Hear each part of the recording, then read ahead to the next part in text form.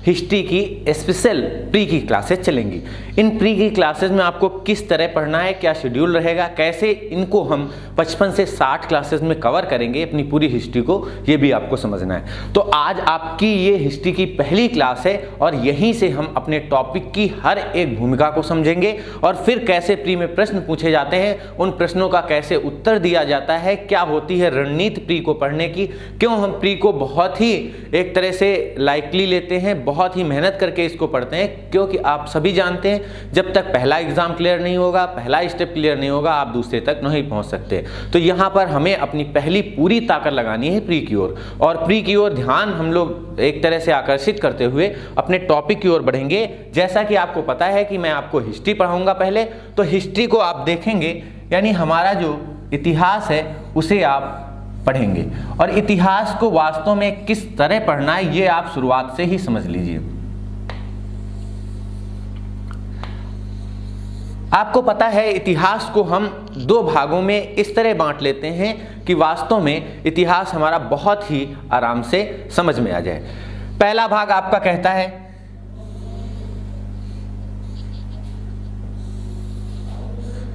कि ये आपका वो इतिहास है, यानी पहला भाग आपका वो होता है जो वास्तव में वो इतिहास होता है जिसके बारे में कोई लिखित जानकारी साफ साफ नहीं दी गई। ये बाद के लोगों ने अपने अकॉर्डिंग जो उत्खनन हुए या फिर जो एक तरह से शोधन कार्य हुए उनके द्वारा जो हमें रिपोर्ट्स मिली, या जो हमारे उत्खननकर्ता हैं जिन्होंने ये रिपोर्ट्स दी, उनके आधार पर ही जो इतिहास लिखा गया उसको इसमें रखा जाता है, और इसे हम अपने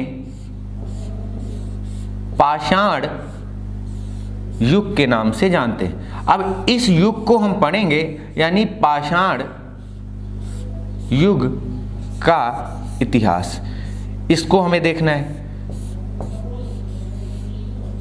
फिर इसके बाद में जब हम पाषाण युग के इतिहास को देखेंगे तो इसको हम बहुत ही विधिवत देखेंगे, ठीक। फिर इसके बाद में जब दूसरे भाग की ओर आते हैं तो ये हमारा ऐतिहासिक कालखंड होता है, यानी हमारा ऐतिहासिक वो एक तरह से दौर होता है जिसके बारे में कोई ना कोई जानकारी हमें मिल जाती है, लिखित रूप में भी होती है और वास्तव में इसके हमारे पास शिलालेख अभिलेख भी मिल जाते हैं। तो यहाँ पर हमारे पास दूसरा जो खंड आता है वो ऐतिहासिक काल आता है, ऐतिहासिक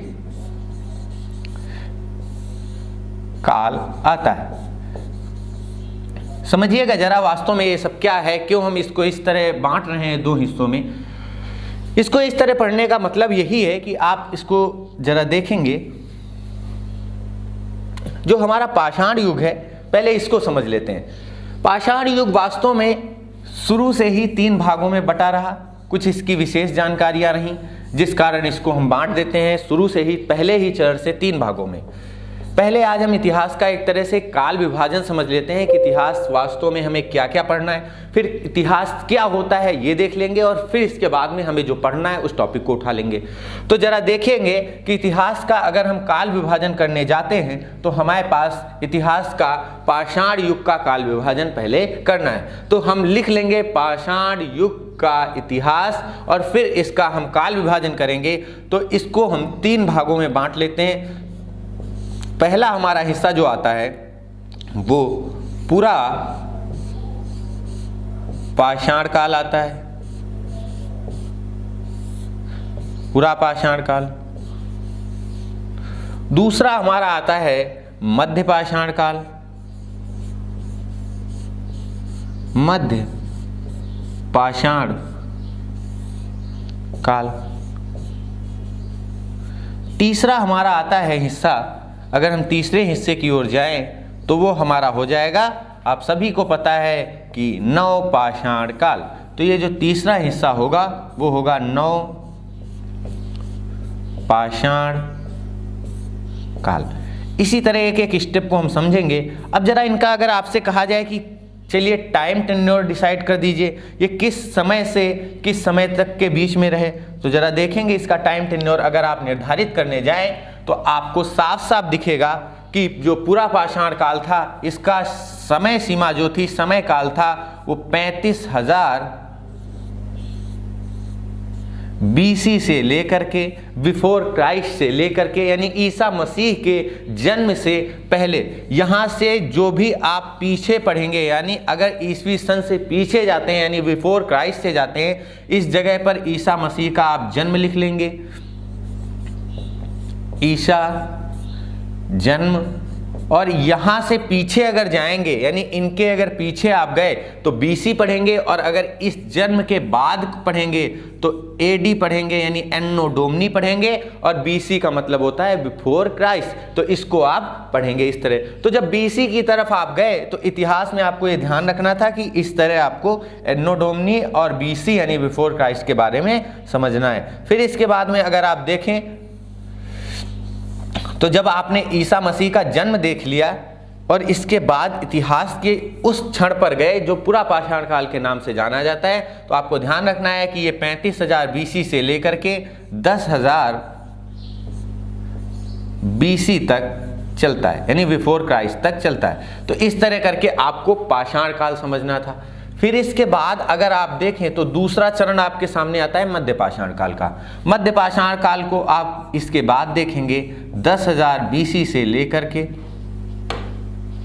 10,000 BC से लेकर के ये आपका 5,000 BC तक चलेगा। फिर इसके बाद में इसकी भी कुछ अलग विशेषताएं रही, जिस कारण इसे हम नवपाषाण काल से अलग कर देते हैं, यानी नवपाषाण काल को हम अलग से पढ़ेंगे।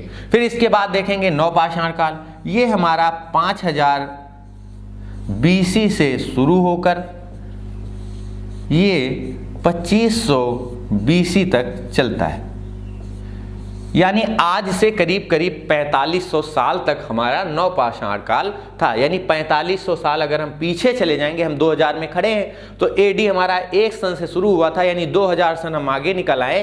किससे? हम अपनी BC से। तो BC से अगर 2500 साल पीछे जाएंगे और 2000 ये जोड़ेंगे तो करीब 4500 साल पीछे आपको नवपाषाण काल की घटनाएं मिलेंगी। तो इस तरह करके आपको ये समझना था। फिर इसके बाद में जब आपने पाषाण युग समझ लिया, इनकी कुछ ना कुछ अलग अलग विशेषताएं रही जिनको हम इनके टॉपिक को पढ़ेंगे तब समझेंगे। अभी हम काल विभाजन देख रहे थे तो हमें काल विभाजन समझ में आया। जब हम पाषाण युग को देखते हैं तो ये 3 भागों में बटा मिलेगा आपको। पूरा पाषाण काल 35,000 BC से लेकर 10,000 BC तक, मध्य पाषाण काल 10,000 BC से 5,000 BC के बीच में, नवपाषाण काल 5,000 से 2,500 BC के बीच का समय होता है। अब इसके बाद हम इतिहास के उस दूसरे चरण पे जाते हैं जो वास्तव में ऐतिहासिक काल कहा जाता है, यानी हमारा ऐतिहासिक युग जिसके बारे में हमारे पास लिखित जानकारियां उपलब्ध हैं। तो ये वास्तव में क्या था इसको समझेंगे। तो ऐतिहासिक काल जो हमारा है वो हमारा शुरू होता है वैदिक सभ्यता से, यानी वैदिक काल से। जब वेदों की रचना हुई, यानी ऋग्वेद के रूप में पहला वेद आया, तब से ये काल शुरू होता है और ये हमारा चलता है ऐतिहासिक काल अब तक, यानी आज तक जो हम पढ़ रहे हैं वो हमारा ऐतिहासिक काल है। तो इस तरह करके हम अपने इस इतिहास के 2 चरणों को पढ़ लेते हैं। अब जरा देखेंगे वास्तव में इसको अभी पूरा डिफाइन करना ऐतिहासिक युग को बाकी है। हमने पाषाण काल को समझ लिया था।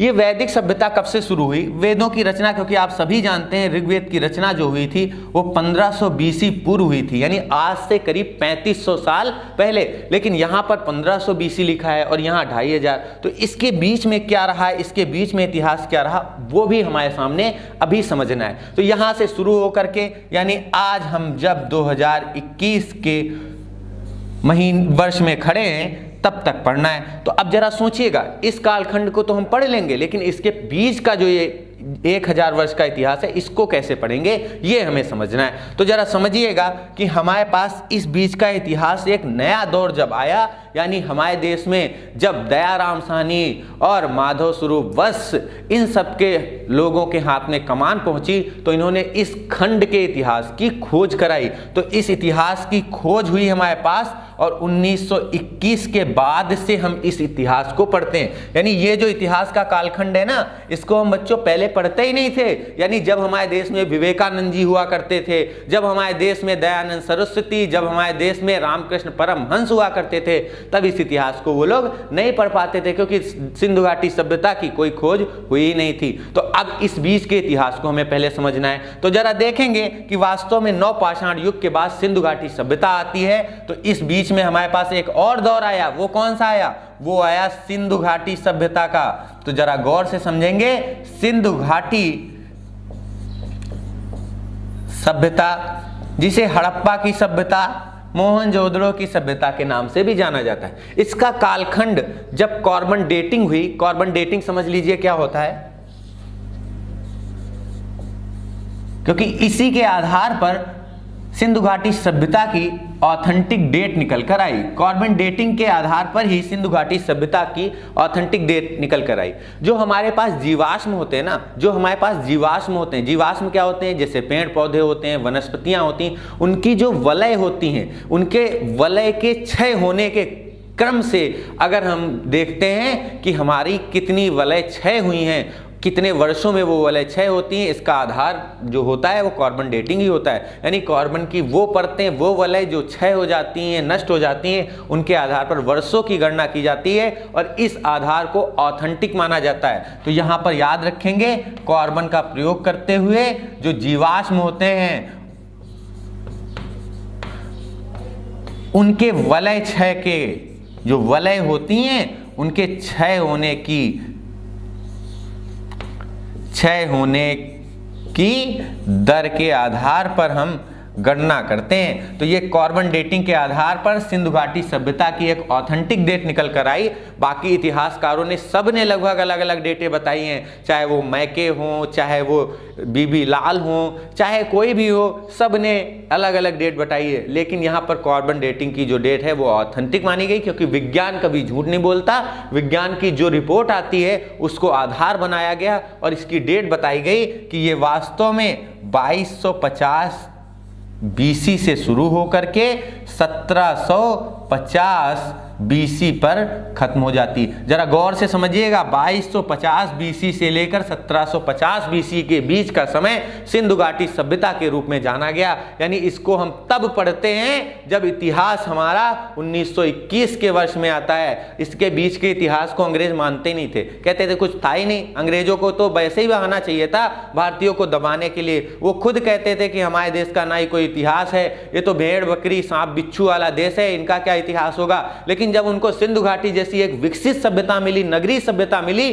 तब उनको एहसास हुआ कि वास्तव में भारतीयों के पास भी कुछ है जो हम लोग अभी तक नहीं मान रहे थे। जब इसकी खोज हुई तो फिर क्या था, नगरों पे नगर, नगरों के विकसित नगर, चाहे वो हल हो, चाहे वो नालियों के मॉडल हो, चाहे वो सड़क बनाने या नगर नियोजन जैसी श्रृंखलाएं हो, चाहे वो मूर्तियां हो, चाहे मृदभांड हो, चाहे वो सेल खड़ी निर्मित मूर्तियां हो, चाहे कुछ भी हो, सब की सब एक तरह से यहां से चीजें निकल कर सामने आई। अब जब सामने निकल के आने लगी तो इस बीच के इतिहास को हमने पढ़ना शुरू कर दिया। लेकिन अभी भी आपके सामने एक प्रश्न बचा हुआ है कि वास्तव में जब हमारा नवपाषाण काल 2500 बीसी से खत्म हो गया था, तो ये तो भाई 2000 जो है 250 वर्ष से शुरू हो रहा है। तो इस बीच के 250 वर्ष का इतिहास कहाँ है? तो इस बीच के 250 वर्षों का इतिहास बच्चा पता क्या है? इस बीच का 250 इतिहास, जो 250 वर्षों का इतिहास है, वो अभी भी नहीं पता है, अभी भी नहीं पता है। इस बीच के इतिहास, इस बीच का इतिहास अभी भी नहीं पता है। फिर इसके बाद में इसे ही ऐतिहासिक अवकाश कहा जाता है। गौर से समझेंगे, इसे ऐतिहासिक अवकाश कहा जाता है। ये वास्तव में इतिहास का एक अवकाश का दौर था, यानी इस बीच में इतिहास छुट्टी पर था, कुछ है ही नहीं। यानी इस बीच का इतिहास हमें 250 वर्षों का नहीं पढ़ना। सेम यही कंडीशन होती है, सिंधु घाटी सभ्यता जब 1750 से खत्म होती है और वैदिक सभ्यता जब 1500 से शुरू होती है, तो इस बीच का भी 250 वर्षों का इतिहास जो है ना, वो अभी भी नहीं पता है, ये भी नहीं पता है, और इसे भी ऐतिहासिक अवकाश कहा जाता है। इतिहास में 2 बार ऐतिहासिक अवकाश होता है। पहला होता है कब? जब सिंधु घाटी सभ्यता शुरू होती है उसके पहले का 250 वर्षों का इतिहास, और दूसरा सिंधु घाटी सभ्यता जब समाप्त होती है तब उसके बाद के 250 वर्षों का इतिहास अभी भी हमारे पास नहीं है। कुछ इतिहासकारों ने क्या कर दिया है, कुछ इतिहासकारों ने कहा है सिंधु घाटी सभ्यता की जो डेट है ना वो 2500 बीसी से लेकर के 1500 बीसी है। ये सब कहने की बातें हैं, बाकी इस बीच के इतिहास की हमें कोई जानकारी नहीं मिल पाती है। जो ये दो आपको ऐतिहासिक अवकाश है ना इनकी जानकारी नहीं है। तो यहां पर आपको ध्यान देना है, इन्होंने नवपाषाण युग से इसको जोड़ दिया और जो हमारी वैदिक सभ्यता है उससे इसको इधर जोड़ दिया। तो ये सब गलत अफवाह है, मानने वाली बात नहीं है, क्योंकि कार्बन डेटिंग के आधार पर जब विवरण सामने आए तो ये सब चीजें झूठी साबित हुई। तो जो सच है वो आपके सामने है, याद रखना, इसे ही ऐतिहासिक अवकाश कहा जाता है। आपके मजे की बात एक और बताऊं, यूपीएससी ने एक बार इंटरव्यू में प्रश्न किया कि हमारा इतिहास जो है उसकी कमियां बताइए, हमारे इतिहास में कौन सी कमियां हैं जो वास्तव में अभी तक दूर नहीं हो पाई हैं। तो बच्चों सबसे ज्यादा बड़ी तो यही कमी है कि इन 500 वर्षों का इतिहास अभी भी गुमनाम है। इस बीच इतिहास कुछ भी नहीं बोलता, यानी इस बीच के इतिहास के बारे में एक काला पर्दा पड़ा हुआ है कि हमें उस पर्दे के पीछे का कुछ भी दिखता ही नहीं है। तो याद रखेंगे ये वो इतिहास का युग था जब ऐतिहासिक अवकाश कहा जाता था और ये मौन था। तो अब समझ में आया हमारी वैदिक सभ्यता से कितना आप पीछे जाएंगे तो दो आपको ऐसे ऐतिहासिक अवकाश भी मिलेंगे, और फिर आपको ये नवपाषाण युग से लेकर के पीछे का हिस्सा पूरा समझ में आ गया। तो यहां से हमें अब पढ़ना है वैदिक सभ्यता के बारे में। बिल्कुल अब आप समझ में पाए कि ऐतिहासिक जो हमारा काल विभाजन है वो कैसे होता है। अब जरा देखेंगे हम वैदिक सभ्यता से लेकर के कैसे हम अपनी आधुनिक काल तक आते हैं, यानी हमारा कैसे अब का इतिहास पढ़ा जाएगा। तो अब इसको हम ऐतिहासिक काल को अलग से देखेंगे, हेडिंग डाल लेंगे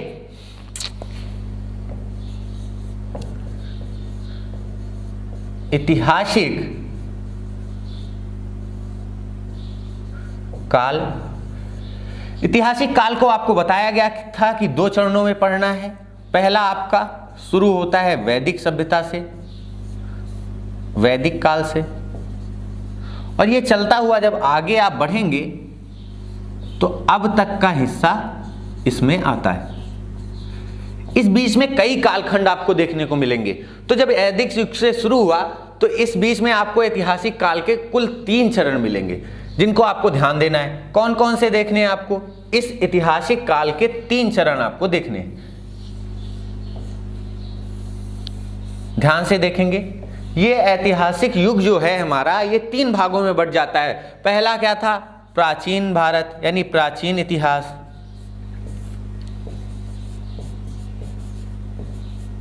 अभी आपको समझ में आएगा ऐसे क्यों लिखा इसे। फिर दूसरा हिस्सा आता है जो मध्यकालीन इतिहास होता है, इसको आप मध्यकाल या मध्यकालीन इतिहास लिख सकते हैं। फिर इसके बाद में आपके सामने तीसरा हिस्सा आता है आधुनिक इतिहास।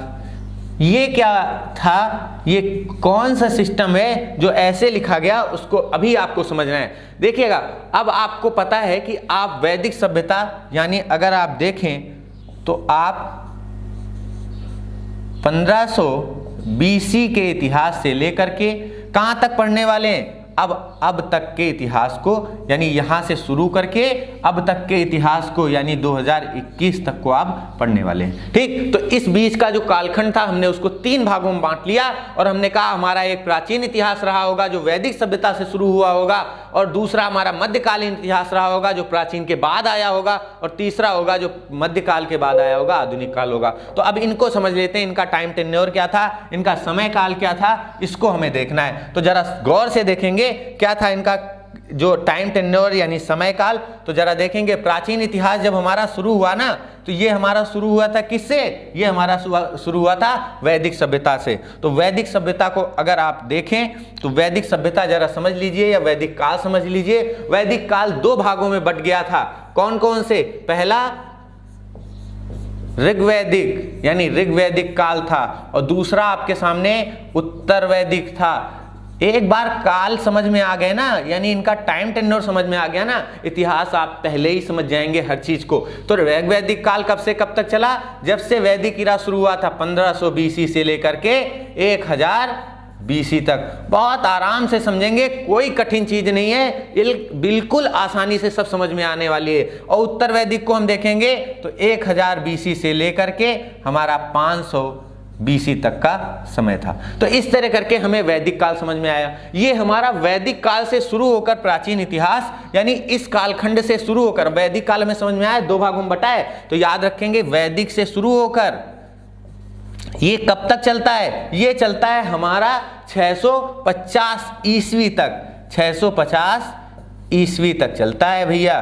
तो याद रखेंगे हमारा वैदिक काल अगर पूछा जाए कब से शुरू होता है तो ध्यान रखेंगे 1500 BC से शुरू हुआ था, और ये 1500 BC से शुरू होकर 650 AD तक चलता है, यानी ईस्वी तक चलता है। अगर पूछा जाए कितने वर्षों का इतिहास हुआ तो याद रखेंगे 2150 वर्षों का इतिहास आपको प्राचीन भारत में पढ़ना है। अच्छा, 650 AD क्यों लिया गया, ईस्वी क्यों लिया गया? तो याद रखेंगे 650 AD इसलिए लिया गया क्योंकि 647 ईस्वी में हर्षवर्धन की मृत्यु हो जाती है, और हर्षवर्धन जैसे ही मरता है ना तैसे ही क्या हुआ था? याद रखेंगे केंद्रीय सत्ता का पतन हो गया था। छोटे छोटे राजवंशों में इतिहास जो एक क्षेत्र थे भारत के, वो भारत बट गया था, और इसकी मृत्यु के बाद से ही हम मध्यकालीन भारत में प्रवेश करते हैं। तो याद रखेंगे प्राचीन इतिहास को हम 2 हिस्सों में देखते हैं, वैदिक काल से शुरू होकर के 650 AD तक। समझ में आया कि नहीं? ये 2150 वर्षों का इतिहास आपको प्राचीन भारत में पढ़ना है। और अगर आपसे कोई पूछ दे कि भैया ये वैदिक काल क्या था, वैदिक क्या था,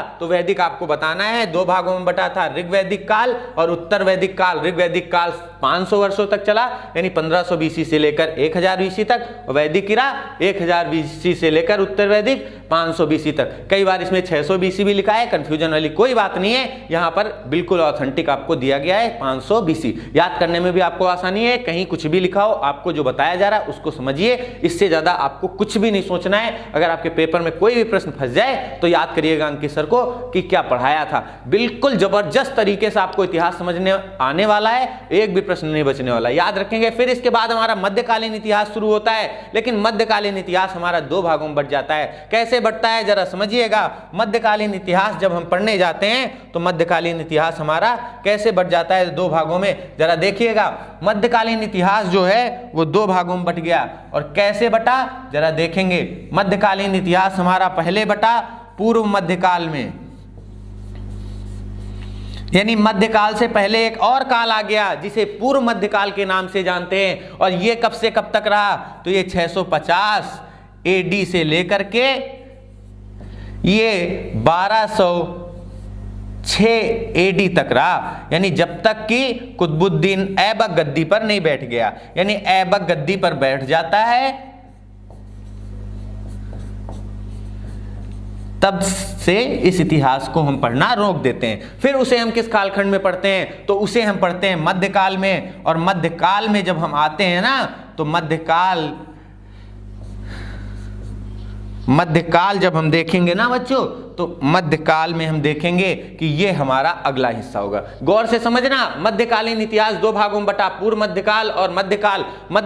पूर्व मध्यकाल में आपको 650 AD से, यानी जहां से आपने छोड़ा था प्राचीन इतिहास को, उसके आधे का हिस्सा मध्यकाल में पढ़ना है, वो भी पूर्व मध्यकाल में। और पूर्व मध्यकाल में आपको 650 AD से लेकर 1206 तक, यानी कुतुबुद्दीन ऐबक तक गद्दी पर नहीं बैठता। इस बीच का इतिहास आपको देखना है। फिर इसके बाद में मध्यकाल आया। मध्यकाल जो था वो भी 2 हिस्सों में बट गया। फिर से ध्यान रखेंगे, एक एक चीज को इतने जबरदस्त तरीके से पढ़ेंगे कि भूल ना पाएं, बस यही एक उद्देश्य होगा। मध्यकाल 2 भागों में बटा। कौन कौन से? पहला भाग आपको देखना है सल्तनत काल। इन सब में कुछ ना कुछ डिफरेंस था जिस आधार पर इनको अलग अलग बांटा गया, ये सब आपको बाद में समझाया जाएगा। अभी आप कालखंड बस समझ लीजिए, इनका कब से कब तक काल था, समय पीरियड था। फिर इसके बाद में अगली जब आप इनके टॉपिक को उठाएंगे, किसी भी कालखंड को उठाएंगे जहां से प्रश्न सबसे ज्यादा बनते हैं, बस उसी से आप पढ़ना स्टार्ट कर दीजिएगा। फिर इसके बाद में देखेंगे मध्यकाल 2 भागों में बट गया। सल्तनत काल, यानी जब सल्तनत होती थी, यानी जब इस क्षेत्र का शासक क्या होता था? सुल्तान कहा जाता था, तब इसको हम सल्तनत बोलते थे। और इसको दिल्ली सल्तनत के नाम से भी जाना जाता है। कुतुबुद्दीन इसका संस्थापक था। यानी जब ये कुतुबुद्दीन ऐबक गद्दी पर बैठता है 1206 से लेकर के 1526 के बीच का जो इतिहास है, ये सब AD में चल रहा है भैया, याद रखेंगे। AD में चल रहा है। तो जब 1526 में इब्राहिम लोदी की हत्या की जाती है, जब ऐबक गद्दी पर बैठा और इब्राहिम लोदी की हत्या की गई, यानी जब हम सब देख रहे थे सल्तनत का आखिरी जो सुल्तान था इब्राहिम लोदी, उसकी बाबर द्वारा हत्या कर दी गई पानीपत के युद्ध में। ध्यान रखेंगे इब्राहिम की हत्या, ऐसे ही आप लिख लेंगे इब्राहिम की हत्या। तो जब इब्राहिम की हत्या हो जाती 1526 में, तो इस कालखंड का क्या हो जाता है, एक तरह से समापन हो जाता है, यानी ये सल्तनत काल यहां से खत्म हो जाता है। मध्यकाल का पहला हिस्सा सल्तनत काल जो खत्म हुआ, ठीक। फिर इसके बाद में इसका दूसरा हिस्सा अगर आप देखें तो इसे ही मुगल काल कहा जाता है। ध्यान रखेंगे मुगल काल। और ये मुगल काल क्या था, मुगल काल पे बहुत सारे प्रश्न आते हैं, क्योंकि यहां पर पूरी की पूरी व्यवस्था सल्तनत काल से बदल जाती है। अब जरा देखेंगे मुगल काल क्या था। मुगल काल वास्तव में शुरू होता है कब, 1526 ईस्वी से, जब इब्राहिम लोदी की बाबर द्वारा हत्या की गई, यानी बाबर गद्दी पर बैठा, यानी बाबर गद्दी पर बैठा। बाबर जैसे ही गद्दी पर बैठा ना, तो ये मुगल काल शुरू हो गया। और मुगल काल कब तक चलता है, 1707 तक चलता है। और ये 1707 क्यों लिया गया, क्योंकि इसी समय औरंगजेब की हत्या हो गई थी, यानी औरंगजेब की मृत्यु तक इसको आपको देखना है। औरंगजेब की मृत्यु हो गई और इस मृत्यु तक आपको इस कालखंड को, मुगल काल को देखना है। तो ये था वास्तव में मध्यकाल, जो वास्तव में सल्तनत और मुगल के दो हिस्सों में बटा था। लेकिन अगर आपको मध्यकालीन इतिहास देखना है तो मध्यकालीन इतिहास आपका पहले ही दो हिस्सों में बट गया था। पहला हिस्सा इसका क्या था, पूर्व मध्यकाल, दूसरा मध्यकाल। पूर्व मध्यकाल में आपको 650 AD से लेकर के, यानी जब हर्ष की एक तरह से मृत्यु हुई, हर्ष की मृत्यु हुई, और फिर इसके बाद में जैसे ही ऐबक गद्दी पर बैठता है, कुतुबुद्दीन ऐबक 1206 पर, तो ये काल खत्म हो जाता है पूर्व मध्यकाल। इसमें छोटे छोटे राजवंश आपको, चेर, चोल, पांड्य, ये सब राजवंश आपको देखने हैं, लेकिन जब इस कालखंड पे आएंगे तब देखेंगे। लेकिन यहाँ पर आपको मध्यकाल में क्या देखना है, ये सल्तनत काल था और मुगल काल था, दो हिस्सों में मध्यकाल पुनः बट गया, इसको भी आपको ध्यान देना है। यानी ये पहला हिस्सा सल्तनत, दूसरा मुगल। ये 1206 से 1526 तक चलता है और फिर मुगल काल 1526 से 1707 तक। अब हमारे पास आया बचा हुआ एक तीसरा कालखंड, जिसे हम आधुनिक भारत कहते हैं। और यह आधुनिक भारत हमारा कब से कब तक चलता है, तो आधुनिक भारत 1707 से लेकर, यानी औरंगजेब की जैसे ही मृत्यु होती है, केंद्रीय सत्ता यानी मुगलों का पतन हो जाता है, कमजोर मुगल गद्दी पर बैठते हैं और अंग्रेजों का इस समय से वर्चस्व हो जाता है, और इसको हम आधुनिक युग में जोड़ देते हैं। यानी अब सब नई नई चीजें सामने आएंगी, चाहे कोई नया आविष्कार हो, ट्रेन, रेल, डाक, ये सब इस युग में आएंगे, क्योंकि ये सब आधुनिकता के प्रतीक चिन्ह है, इसीलिए हम इसको आधुनिक युग में पढ़ते हैं। और ये हम तब तक पढ़ते हैं, यानी आज की डेट तक पढ़ते हैं, आधुनिक इतिहास 2021 तक हम पढ़ते हैं, इसको आपको ध्यान रखना है। फिर इसके बाद में अब हमारा, यानी अब हम 3 तारीख तक, 3 जनवरी तक के इतिहास को देख रहे हैं। फिर इसके बाद में अब हम देखेंगे इतिहास का एक बार फिर से रिवीजन, जो हमने कालखंड को देखा है। फिर इसके बाद में अपने टॉपिक की ओर बढ़ेंगे। समझ में आया कि नहीं? इसी तरह धमाकेदार तरीके से हम लोग पढ़ेंगे, चाहे इतिहास का कोई भी कालखंड हो। अभी जब इसमें घुस जाएंगे ना, तो एक एक प्रश्न पे विधिवत चर्चा होगी, और आपको कैसे 15 दिन में एक टॉपिक कंप्लीट कराने की गारंटी ली गई थी, वो भी आपको देखना है। जल्दी से समझ लीजिए, ओवरव्यू करिए इतिहास के बारे में। इतिहास के 2 कालखंड आपको देखने, पाषाण युग, ऐतिहासिक कालखंड। पाषाण युग में अगर आप देखें तो पूरा पाषाण काल, मध्य पाषाण काल, नव पाषाण काल के रूप में इतिहास का 3 भागों में विभाजन हो जाता है। और पहला पूरा पाषाण काल 35,000 BC से 1000 BC के बीच में, मध्य पाषाण काल 1000 BC से लेकर 5000 BC के बीच में, और फिर नव पाषाण काल 5000 से 2500 BC के बीच में। फिर इसी बीच में सिंधु घाटी सभ्यता टपक पड़ती है, और ये जब सिंधु घाटी सभ्यता बीच में आई, क्योंकि पहले इसको हम पढ़ते नहीं थे। फिर इसके बाद में 1921 के बाद जब इसको पढ़ना शुरू किया, तो याद रखेंगे 2250 से लेकर 1750 के बीच का एक कालखंड सिंधु घाटी सभ्यता है। लेकिन इस बीच में 2 आपको एक ऐतिहासिक अवकाश मिलेंगे, एक कब से कब तक, एक 2500 BC से लेकर के 2250 BC के बीच में, दूसरा 1750 से 1500 BC के बीच का ये आपको ऐतिहासिक अवकाश देखने को मिलेगा। फिर वैदिक सभ्यता शुरू हुई, और जिस कारण हम इसे ऐतिहासिक युग में शामिल कर लेते हैं। और ध्यान से देखेंगे, जब आप ऐतिहासिक काल को देखेंगे तो ऐतिहासिक काल वैदिक काल से शुरू होकर अब तक चलता है। और याद रखेंगे ऐतिहासिक काल के अपने 3 कालखंड होते हैं। कौन कौन से होते हैं? प्राचीन काल, मध्यकाल और आधुनिक काल। प्राचीन काल वैदिक काल से शुरू होता है और हर्ष की मृत्यु तक, यानी 650 ईस्वी तक चलता है। ध्यान रखेंगे, हर्ष की मृत्यु 647 ईस्वी में हुई थी, लेकिन एक केंद्रीय सत्ता अगले 3 वर्षों में पतन हो गया, जिस कारण इसको हम अलग कर लेते हैं। ध्यान रखेंगे अगर कोई पूछे वैदिक काल क्या है तो ये 2 भागों में बटा था, ऋग्वैदिक काल, उत्तर वैदिक काल। ऋग्वैदिक काल 1500 बीसी से लेकर 1000 बीसी के बीच में, उत्तर वैदिक काल 1000 बीसी से लेकर 500 बीसी तक पढ़ना है। और फिर इसके बाद मध्यकालीन भारत अगर आप देखें तो ये अपने आप में 2 हिस्सों में बटा हुआ था, पूर्व मध्यकाल और मध्यकाल। पूर्व मध्यकाल 647 ईस्वी यानी 650 ईस्वी से शुरू होता है और 1206 तक ऐबक की गद्दी तक चलता है। फिर इसके बाद में मध्यकाल अगर आप देखें तो मध्यकाल वास्तव में कब से कब तक है? मध्यकाल 2 भागों में बटा हुआ था। और याद रखेंगे सल्तनत काल 1206 से 1526 तक पहला कालखंड, दूसरा मुगल काल चलता है 1526 से 1707 के बीच में। अगर कोई पूछे मध्यकाल कब से कब तक है तो याद रखना 1206 से लेकर 1707 के बीच का इतिहास आपको मध्यकाल में। मध्यकाल 2 भागों में बट गया था 1206 से 1707 के बीच में, सल्तनत काल और मुगल काल। इसको आपको पहले ही सब कुछ बता दिया गया कि जो सल्तनत काल है इसमें सुल्तान होते थे 1206 से 1526 तक, इब्राहिम लोदी की हत्या तक ये बैठते हैं। लेकिन मुगल काल जैसे ही शुरू होता है ना, बाबर ने इब्राहिम लोदी को दिया टपका और इस टपकाने के बाद से फिर मुगल शुरू होते हैं और मुगल युग कब से कब तक चलता है? 1707 तक। इसी तरह मजेदार तरीके से आप सीखेंगे ऐतिहासिक युग में जब आएंगे यानी आधुनिक भारत के ऐतिहासिक कालखंड में आएंगे तो 1707 से लेकर आज तक पढ़ेंगे यानी 3 जनवरी तक के इतिहास को पढ़ेंगे। लेकिन गौर से समझिएगा, इसके बाद अगर आपसे कोई पूछे कि वास्तव में हम इन ऐतिहासिक युग को अलग क्यों करते हैं तो जरा गौर से समझिएगा, इसके बारे में हमें कोई लिखित जानकारी नहीं मिलती है। लेकिन जैसे ही हम ऐतिहासिक काल में जाते हैं हमारे पास लिखित जानकारियां उपलब्ध हो जाती हैं, क्योंकि आप सभी जानते हैं वेदों की रचना लिखित रूप में हुई है। लेकिन पाषाण युग के बारे में कोई लिखित जानकारी नहीं है, क्योंकि ये सब पत्थरों पे है और कुछ भी अभी तक इसका कोई भी ग्रंथ हमें लिखित नहीं मिला है। तो आपको उम्मीद करता हूं बहुत अच्छे तरीके से समझ में आया होगा। अब देखिए आपको इतना सब कुछ बता दिया गया, क्योंकि देखिए क्वेश्चन क्या होता है? क्वेश्चन होता है ब्रह्म, और ब्रह्म को हमें मानना पड़ेगा, क्योंकि ब्रह्म वो शक्ति है जिसके आधार पर ये दुनिया टिकी है। उसी के नियम कानून को हम मानते हैं और उसी के नियम कानून के अनुसार हम चढ़ेंगे। कैसे हमारा एमपीपीसीएस में सिलेक्शन हो, कैसे हम आगे बढ़ जाएं और कैसे हम जल्दी जल्दी अपने टॉपिक्स को क्लियर करें, इसलिए हम शुरुआत करेंगे मध्यकाल भारत से, और मध्यकाल भारत के उस युग से जहां से सबसे ज्यादा प्रश्न आते हैं यानी सल्तनत काल से, यानी इतिहास के उस कालखंड से जो दूसरा चरण था यानी मध्यकालीन इतिहास के सल्तनत युग से। तो गौर से समझेंगे, आज हेडिंग आप डाल लीजिए और आज से ही हम इतिहास के उस कालखंड की शुरुआत कर देंगे जहां से इतिहास हमारा नया पड़ाव लेगा। यानी हम क्या क्या छोड़ेंगे? याद रखेंगे प्राचीन भारत को हम सबसे बाद में पढ़ेंगे, जहां से सबसे ज्यादा प्रश्न आते हैं वो है मध्यकाल, मध्यकाल के बाद आधुनिक काल, आधुनिक काल से नंबर ऑफ क्वेश्चन सबसे ज्यादा पूछे जाते हैं। लेकिन आधुनिक काल को समझने के लिए मध्यकाल की एक रूपरेखा आपके पास होनी चाहिए, इसलिए मध्यकाल आपको पहले पढ़ाया जाएगा। प्राचीन काल सबसे अलग होता है, क्योंकि इसके बारे में जो भी जानकारियां अभी तक मिली हैं वो वेदों, पुराणों, स्मृतियों इन सब से मिली हैं, या फिर ह्वेनसांग, इत्सिंग इन जैसे विदेशी जो एक तरह से विवरण देने वाले लोग थे इनसे मिली है। तो आपको घबराना कतई नहीं है, इन सब चीजों को भी आप समझेंगे, लेकिन एक क्रम को आप देखते हुए जिनसे प्रश्न ज्यादा आते हैं हम उसको फॉलो करेंगे, क्योंकि हमारा टारगेट क्या है? आपको एमपीपीसीएस के एग्जाम को क्लियर कराना। जितनी दम हम इधर लगा देंगे ना उतनी में आपका एग्जाम क्लियर हो जाएगा।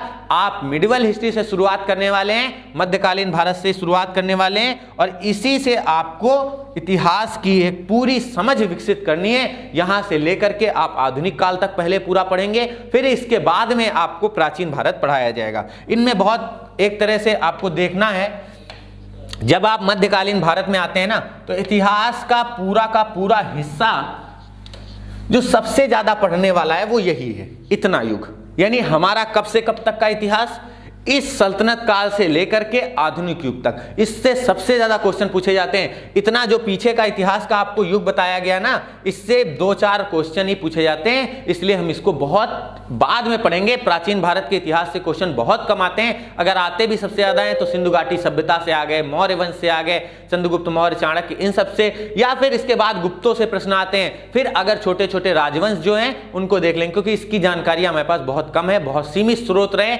लेकिन अब हमारे पास जो सबसे ज्यादा पढ़ने के लिए महत्वपूर्ण टॉपिक है, क्योंकि जल्दी से हमें एग्जाम को क्लियर करने के लिए जो भी रणनीति अपनानी पड़ी हम उसको अपनाएंगे और उसके अकॉर्डिंग आपको पढ़ाएंगे। तो याद रखेंगे हम मध्यकालीन भारत के सल्तनत युग से शुरू कर रहे हैं, और ये सल्तनत युग क्या था इसको आपको समझना है। तो हेडिंग डाल लेंगे मध्यकालीन भारत, हेडिंग डाल लेंगे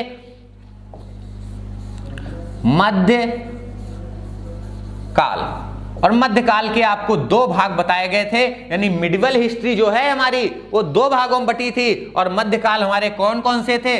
पहला हमारा मध्यकालीन भारत नहीं कह रहे हैं हम, मध्यकालीन भारत में पूर्व मध्यकाल भी आता है, लेकिन हम उसको पढ़ेंगे प्राचीन के बाद, क्योंकि उससे क्वेश्चन बहुत कम आते हैं। रेयर में एक आधा क्वेश्चन आ जाए तो आ जाए, लेकिन सबसे ज्यादा क्वेश्चन जो पूछे जाते हैं वो आधुनिक भारत और मध्यकालीन भारत से पूछे जाते हैं। प्राचीन भारत को हम 15 क्लासेस में कवर करेंगे, उसको हम सबसे बाद में रखेंगे। ये देखिए आज पहला वीडियो था, इंट्रोडक्शन था, हिस्ट्री की क्या रूपरेखा होती है, क्या काल विभाजन होता है, कैसे पढ़ना है, ये हमें समझ में आ गया। इसके बाद देखना टॉपिक कितनी स्पीड में भागेंगे, एक एक टॉपिक करके हम जबरदस्त तरीके से पढ़ेंगे। तो ध्यान रखेंगे मध्यकालीन भारत के अपने आप में जो 2 चरण थे, यानी मध्यकाल हमारा जो था वो कब से कब तक शुरू हुआ था, 1206 से लेकर के 1707 की अवधि जो थी वो मध्यकालीन भारत थी, यानी मध्यकाल का एक तरह से भारत था। और इसको आप देखेंगे कैसे आपको देखना है, ये आपके सामने मध्यकाल लिखा है 1206 से लेकर 1707, इसमें आपको सल्तनत युग और मुगल युग दोनों देखने, फिर इसके बाद आप आधुनिक भारत की ओर बढ़ जाएंगे। तो गौर से देखेंगे सल्तनत काल क्या था,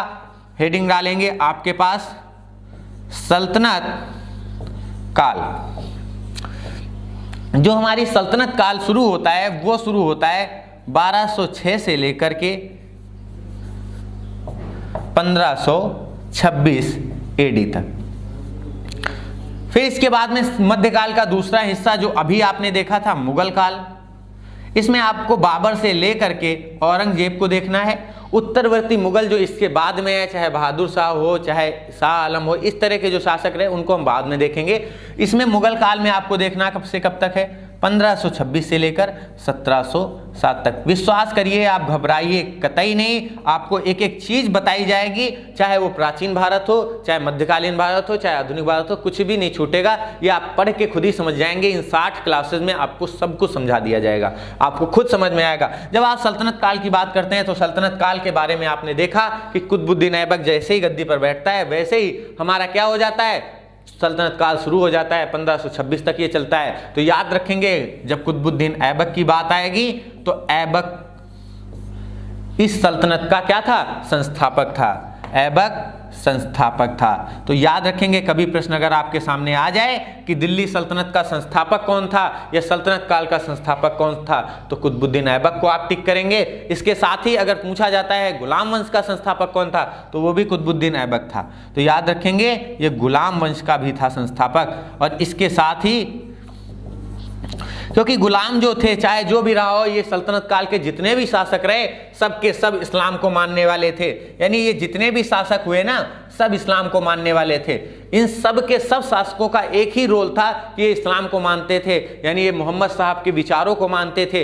तो यहाँ पर आपको ध्यान रखना है कि सल्तनत काल जो था वो इस्लाम की आधारशिला पर टिका हुआ था। मुगल काल के जो भी राजा रहे उन्होंने भी इस्लाम को ही माना है, इसलिए मुगल काल के भी शासकों को इस्लाम के नाम मतलब एक तरह से मानने वाले लोगों में गिना जाता है। तो ये भी इस्लाम को मानने, इस्लाम को फॉलोअर्स, इस्लाम को फॉलो करने वाले लोग थे, इस्लाम के फॉलोअर्स थे। यहाँ पर आपको कई सारी चीजें देखनी है। हमने इसको पूर्व मध्यकाल से क्यों अलग कर लिया, इसको हम प्राचीन भारत के साथ क्यों नहीं पढ़े, यानी हमने मध्यकालीन भारत को एक अलग स्टेप में पढ़ा, क्यों प्राचीन के साथ नहीं पढ़ा वो समझ लीजिए। क्योंकि आप सभी को पता है कि अभी तक जो होते थे, यानी जो सल्तनत काल थी इससे पहले के जो लोग होते थे, जो शासक होते थे, जो चलाया करते थे राजगद्दी को, वो सब राजा कहे जाते थे। और उनकी देखरेख करने वाले, उनकी राजगद्दी को चलाने वाले लोग सामंत कहे जाते थे। लेकिन सल्तनत काल के जब राजा हुए ना तो ये सुल्तान कहे गए। पहला अंतर क्या था सल्तनत काल के लोगों का, कि ये सुल्तान कहे जाते थे और इसके पहले के लोग राजा कहे जाते थे। इसके साथ ही साथ इनके नाम का जो एक तरह से आप देखेंगे तो यहां पर आपको इस्लाम दिखेगा, यानी एक नए धर्म का उदय दिखेगा, जिस कारण मध्यकाल को अलग से पढ़ते हैं, प्राचीन से और पूर्व मध्यकाल से अलग पढ़ते हैं। क्यों पढ़ते हैं, क्योंकि इस समय इस्लाम के रूप में एक नया धर्म आ चुका था, इसलिए इसको अलग पढ़ते हैं। तो ये कुछ कारण थे जिस कारण मध्यकाल को हम अलग रखते हैं। आपको शायद समझ में आ गया होगा क्या क्या कारण थे। पहला कारण यह था कि इस्लाम के रूप में एक नए धर्म का उदय हुआ, जिस कारण इसको हम अलग पढ़ लेते हैं। दूसरा कारण यह था कि इस समय के शासक अब राजा नहीं कहे जाते थे, अब सुल्तान कहे जाते थे। और ये सुल्तान जो होते थे ना, इनका प्रमुख जो होता था, इनका एक तरह से सुपीरियर जो होता था, वो खलीफा कहा जाता था। अब आपके मन में कई सारे प्रश्न आने लगे, ये सर खलीफा कौन था, ये इस्लाम जो आप बार बार शब्द ले रहे हैं ये क्या था। तो जरा अब अगली हेडिंग यही से शुरू करेंगे अपने मध्यकालीन भारत को, और हेडिंग डाल लेंगे क्योंकि शुरुआत भी मध्यकाल की यहीं से होती है। तो पहली हेडिंग आपके सामने क्या होगी, इस्लाम का उदय, इसी में हम मोहम्मद साहब को समझेंगे, इसी में हम खलीफाओं को समझेंगे। फिर इसके बाद में इसी से हम कैसे तुर्क आक्रमणकारी गजनवी भारत में आता है उसको पढ़ेंगे, और फिर दूसरा तुर्क आक्रमणकारी गौरी भारत में आता है उसको पढ़ेंगे। पृथ्वीराज चौहान, इन सबको इसी में देख लेंगे और धमाकेदार तरीके से फिर हम गुलाम वंश को शुरू करेंगे। तो पहली हेडिंग डाल लीजिए, इस्लाम का उदय। इस्लाम का उदय देखिए, बहुत एक तरह से जबरदस्त तरीके से पढ़ेंगे क्योंकि अब हमारे पास टाइम बहुत सीमित है। इस्लाम का उदय के बारे में अगर आप देखें तो इस्लाम के उदय का मेन जो एक तरह से मान्यता प्राप्त व्यक्ति है उसको हम मोहम्मद साहब के नाम से जानते हैं। मोहम्मद साहब जो थे उन्हें इस्लाम का प्रवर्तक मानते हैं। मोहम्मद साहब को इस्लाम का जो प्रवर्तक है वो मानते हैं। तो इसके आगे आप प्रवर्तक शब्द लिख लीजिएगा कि इस्लाम का प्रवर्तक कौन है, तो इस्लाम का प्रवर्तक मोहम्मद साहब को माना जाता है। मोहम्मद साहब कौन थे, अब इस प्रश्न की ओर बढ़ते हैं, क्योंकि इस्लाम जिस व्यक्ति ने इस शब्द को दिया, जिस व्यक्ति ने इस नाम को दिया, जिस व्यक्ति ने इसको शुरू किया, अब उसको पढ़ते हैं। क्योंकि हिंदू धर्म के बारे में तो आपको पता ही नहीं होगा, हिंदू धर्म बताया ही नहीं किसी ने, कब से कब तक शुरू हुआ, या सनातन धर्म कब से कब तक शुरू हुआ, इसके बारे में कोई जानकारी नहीं है। ये सिर्फ अरब आक्रमणकारियों द्वारा जब नाम बताया गया कि सिंधु नदी के कारण इसको सिंधु, फिर सिंधु से बिगड़ता हुआ हिंदू कहा गया, इसके बारे में बताया। लेकिन ये सब कही हुई बातें हैं, इसके बारे में सनातन धर्म के बारे में कोई विधिवत जानकारी नहीं मिलती कब से कब तक शुरू होता है। इसे हर युग में माना गया, चाहे वो राम युग हो, चाहे वो कृष्ण युग हो, सब ने कहा हम सनातन धर्म को मानने वाले लोग हैं। तो गौर से समझिएगा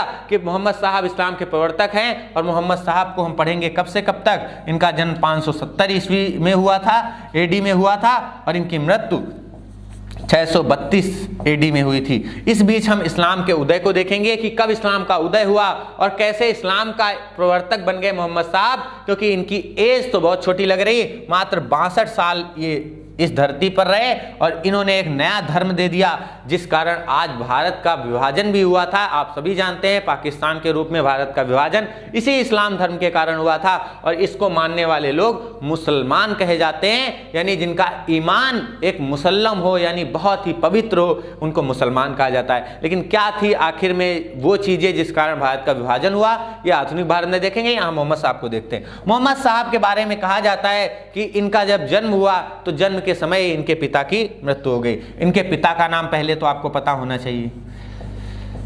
इनके पिता का नाम अब्दुल्ला था। कोई खास इनकी अच्छी एक तरह से समझ या कह सकते हैं ठीक ठाक जागीर आगीर कोई थी नहीं, एक मिडिल क्लास फैमिली से थे। इनकी माता का नाम अमीना था।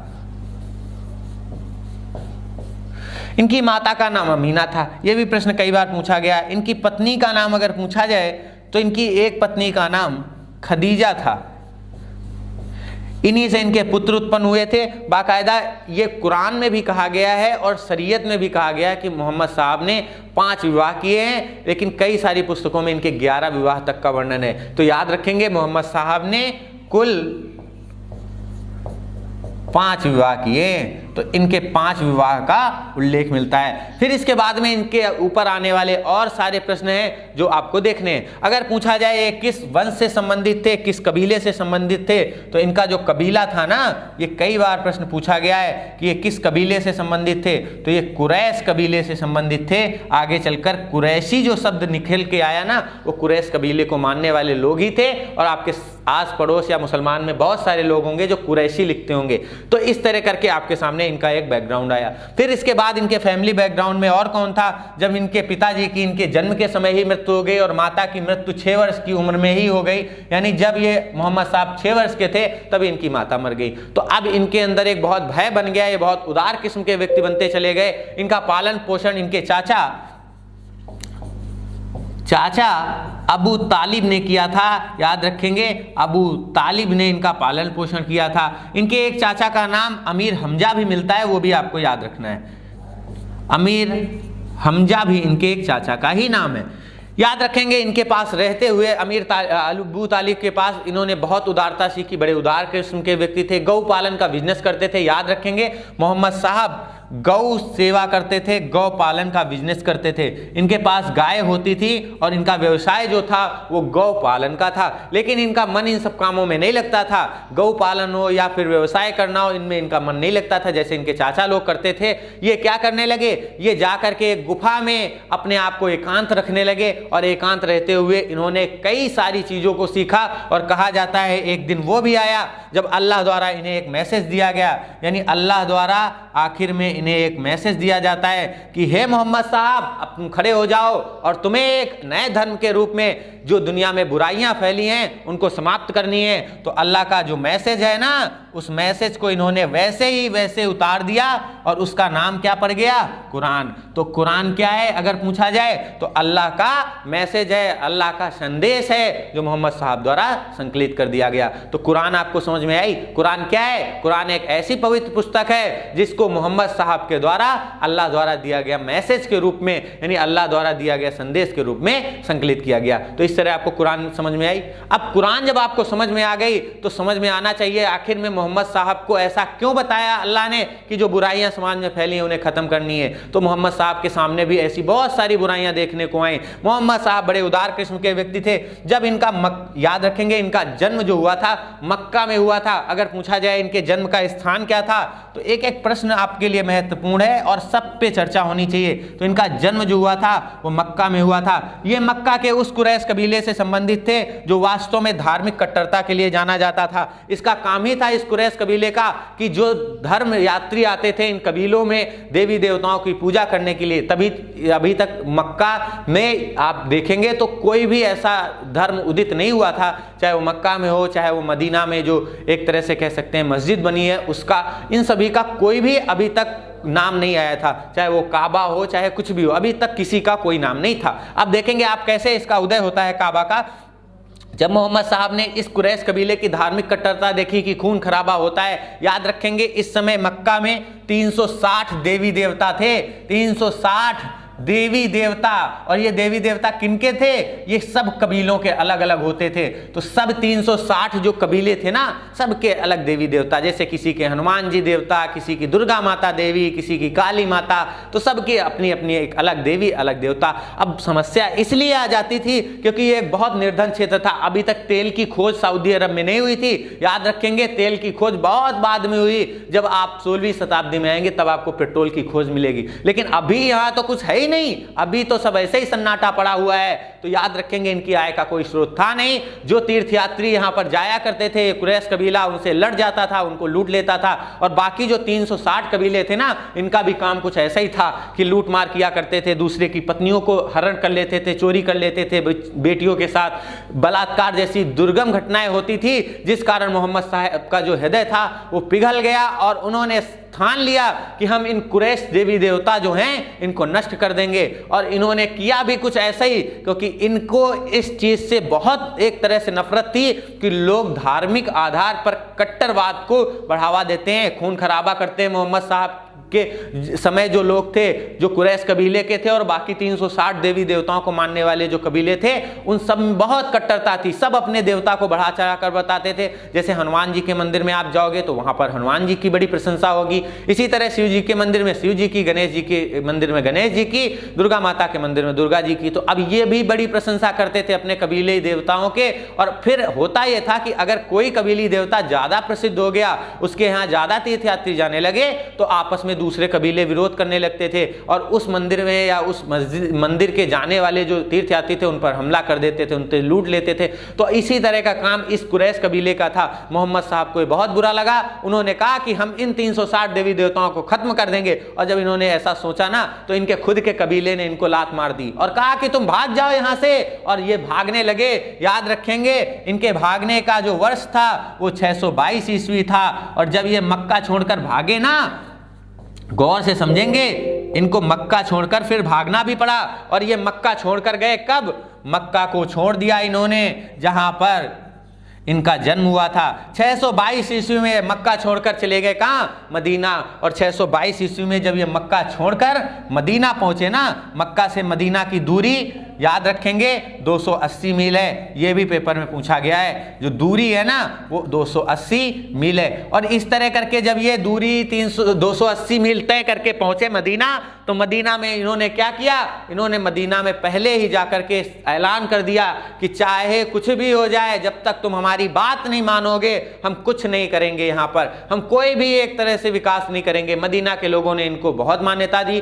कहा जाता है कि मदीना में ही इन्होंने पहली बार धर्मांतरण कराया था। याद रखेंगे, धर्मांतरण कराया था, पहली बार इस्लाम में इन्होंने धर्मांतरण कराया था मदीना में मोहम्मद साहब ने। और कहा जाता है धर्मांतरण का पहला उदाहरण है जब पारसी लोग जो थे उनका धर्मांतरण कराया गया था। पारसी लोग जो थे, जिनके एक अलग धर्म होते हैं, यहूदी धर्म को मानने वाले, पारसी धर्म के मानने वाले जो लोग थे, उनको पहली बार धर्मांतरित कराया मोहम्मद साहब ने। और कहा दो ही ऑप्शन है, या तो तुम मदीना को छोड़ दो या धर्मांतरित होकर इस्लाम को स्वीकार कर लो। तो इन लोगों ने धर्मांतरण कर लिया और इस्लाम को स्वीकार कर दिया। इस तरह मदीना में इनकी लोकप्रियता बढ़ने लगी। जब मदीना में इनकी लोकप्रियता बढ़ने लगी तो वास्तव में ये फिर से मक्का पहुंचते हैं और मक्का में जाकर के इन्होंने फिर से अपने नाम का एक तरह से बहुत विधिवत विस्तार से प्रचलन करवाया।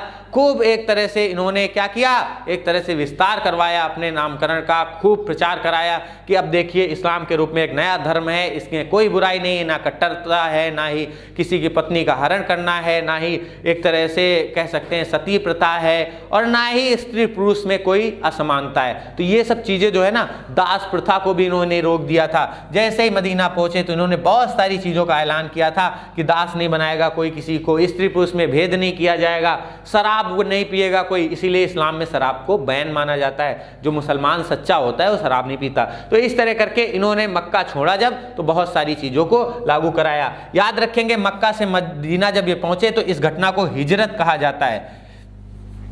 हिजरत उस घटना को कहा जाता है जब ये मक्का छोड़कर मदीना गए थे। तो ये जो घटना है हिजरत कही जाती है। और हिजरत की शुरुआत 622 ईस्वी में हुई थी।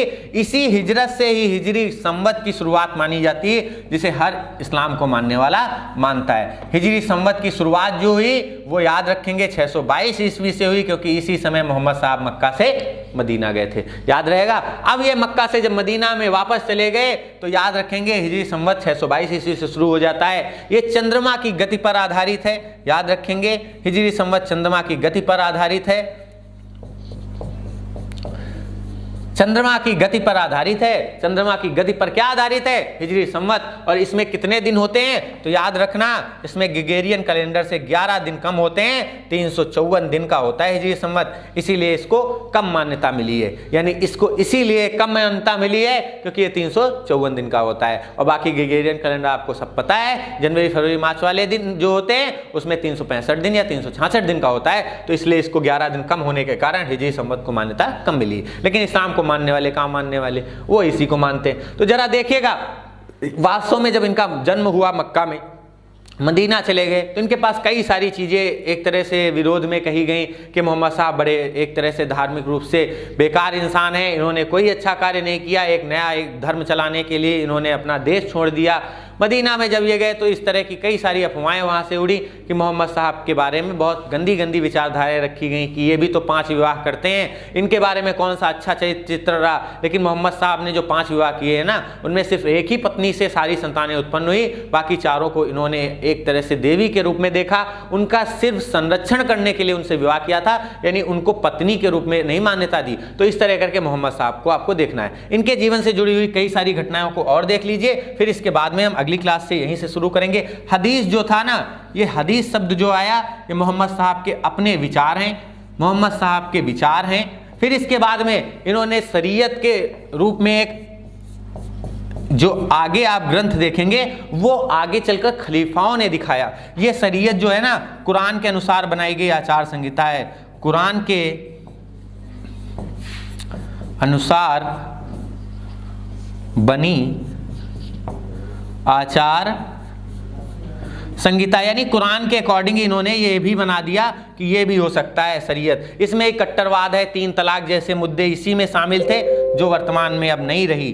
याद रखेंगे, 3 तलाक, ये सब इसी में है। फिर आगे चलकर जब इन सब चीज़ों को इन्होंने एक तरह से ख़त्म कर दिया था, यानी जब बुराइयों को ख़त्म किया, तो इस तरह करके हदीस में अपने विचारों का भी एक संग्रह दिया। कुरान क्या था, मोहम्मद साहब के अपने विचार थे, लेकिन शरीयत में कट्टरवाद को शामिल करा करके खलीफाओं ने आगे चलकर इस्लाम का पूरा जो प्रभाव था वो धूमिल कर दिया। मोहम्मद साहब के अपने विचार जो थे ना, बड़े उम्दा थे। मोहम्मद साहब पता क्या कहते थे? मोहम्मद साहब कहते थे कि अगर आपका पड़ोसी भूखा है, अब आप सोचिए, आपका अगर पड़ोसी कोई है, वो भूखा है और आपने भोजन कर लिया ना, तो आपका भोजन करना हराम है। हराम करना मतलब व्यर्थ है। और ऐसे विचार रखने वाले मोहम्मद साहब के ही वंशज आगे चल करके देखना कैसे मंदिरों को चकनाचूर करते हैं। महमूद गजनवी 1025 ईस्वी सोमनाथ मंदिर ध्वस्त। आगे चल करके और आगे बढ़ेंगे तो कुतुबुद्दीन ऐबक आएगा। ऐबक ने भी कुछ ऐसा ही किया।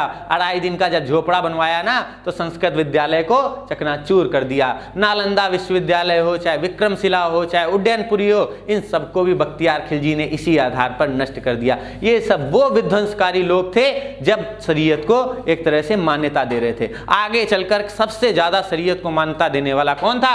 औरंगजेब था। तो इस तरह करके आपको इतिहास के इस कालखंड को देखना है। फिर इसके बाद में कैसे सिंध विजय अभियान हुआ, इसी इस्लाम को मानने वाले मोहम्मद बिन कासिम को द्वारा, ये आपको अगली क्लास में बताया जाएगा। तब तक के लिए आप इतना तैयार करके रखिए, इस्लाम के उदय से संबंधित जितने भी ऑब्जेक्टिव प्रश्न मिल सकते हैं उन सबको अच्छे से पढ़िए और एक एक प्रश्न पर चर्चा करिए। फिर अगली क्लास आपके सामने इसी तरह होगी जो विधिवत होगी। ठीक है, तब तक के लिए आप सभी को धन्यवाद। Best of luck. बैटरी नहीं है।